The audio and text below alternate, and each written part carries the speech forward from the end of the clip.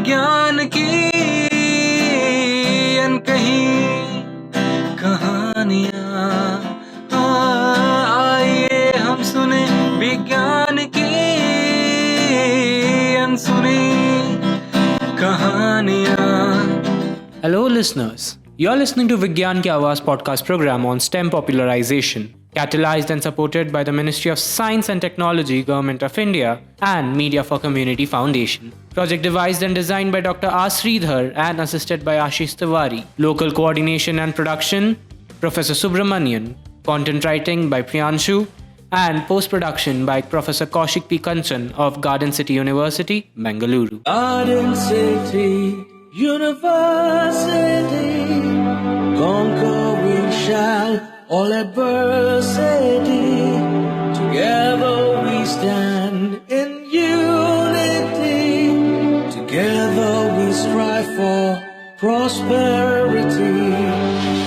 GCU, emphasis on life. GCU, emphasis on life. In today's episode, we are honored to introduce Dr. Profsayantan Majumdar, a distinguished physicist specializing in soft condensed matter physics. Currently a professor at Raman Research Institute, Bangalore, Dr. Majumdar has spent years unraveling the mysteries of biopolymer-based materials, jamming transitions, and fluid instabilities in soft matter systems. With a PhD from the Indian Institute of Science and postdoctoral research at the University of Chicago, his work has earned him prestigious accolades like the Ramanujan Fellowship and the Professor Anil Kumar Memorial Medal for the best PhD thesis. With a PhD from the Indian Institute of Science and postdoctoral research at the University of Chicago, his work has earned him prestigious accolades like the Ramanujan Fellowship and the Professor Anil Kumar Memorial Medal for the best PhD thesis. Professor Majumdar took us through an introduction into his research specialization. Okay. So, my specialization is soft condensed matter physics and non-equilibrium statistical physics. And my main theme of my current research interest is understanding the memory formation in disordered materials, which is linked to smart and adaptive materials. And then he started to speak about his inspiration and how he came into his research and his journey to RRI. Yeah, so actually in school, I have been fascinated always not about like what we learn in class, like all these formulas and all, but going to the lab, whatever lab facility it was there, even very simple experiments about buoyancy and all. Like those things I used to like very much, that you learn more by seeing like what it actually the formula means, what the mathematics means. That has a like lot of impact, and we had many good teachers in the school and colleges. So when I came to college, we had like more advanced experiments, and also like professors, they used to tell us more about research. So all those motivated me to able to do research, just to see like properties of material in a more like where you can visualize a lot of effect directly rather than like relying on some formula or mathematics. So that drove me into experimental research. Professor then explained his research in much better layman terms. Yeah, so this is an interesting question actually, because see, like all this memory formation and all these are like deep physics is there, deep non-equilibrium physics is involved.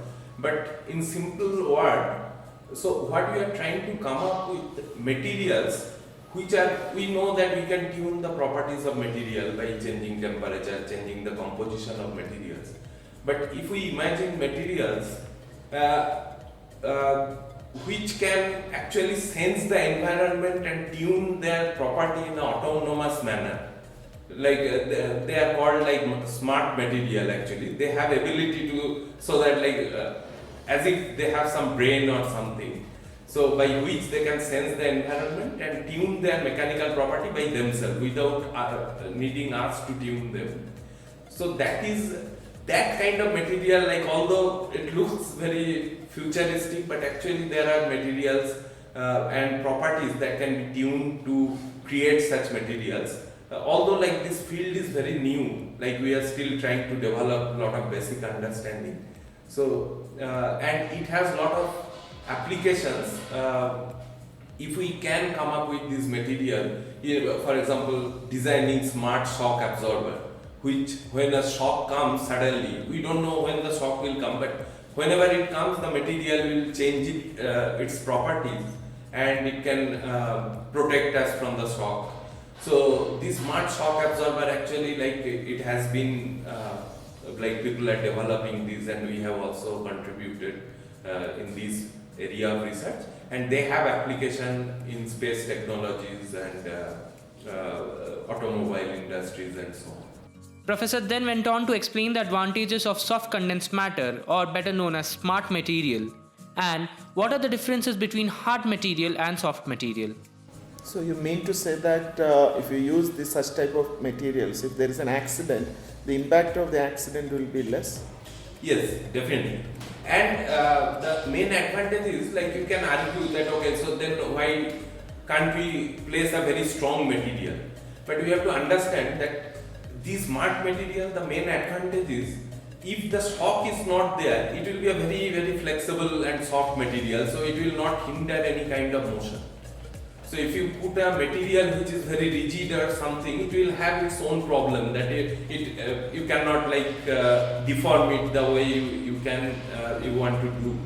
But these materials, on the other hand, they will be soft and like you can deform it any way you want.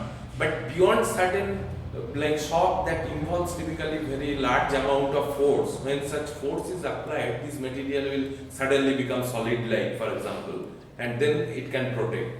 So that is the main difference with the normal hard material and the smart material, actually, because their properties are very tunable.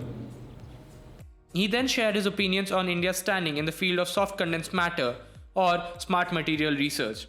Yeah, that is a very good question. Actually, as we know, now India is making important contributions in various fields, scientific and industrial research and fundamental research, particularly in the fields of space, biotechnology,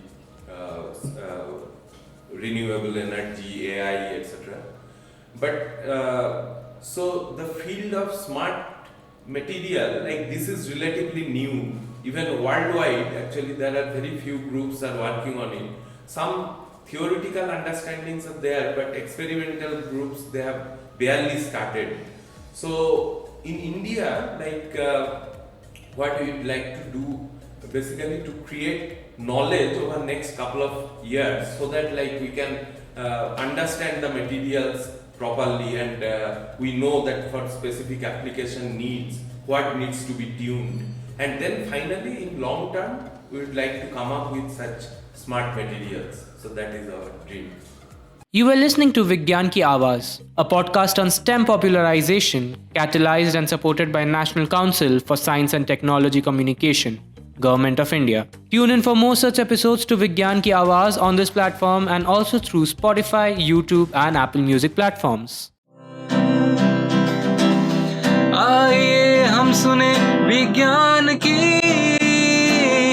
अनकही कहानियाँ।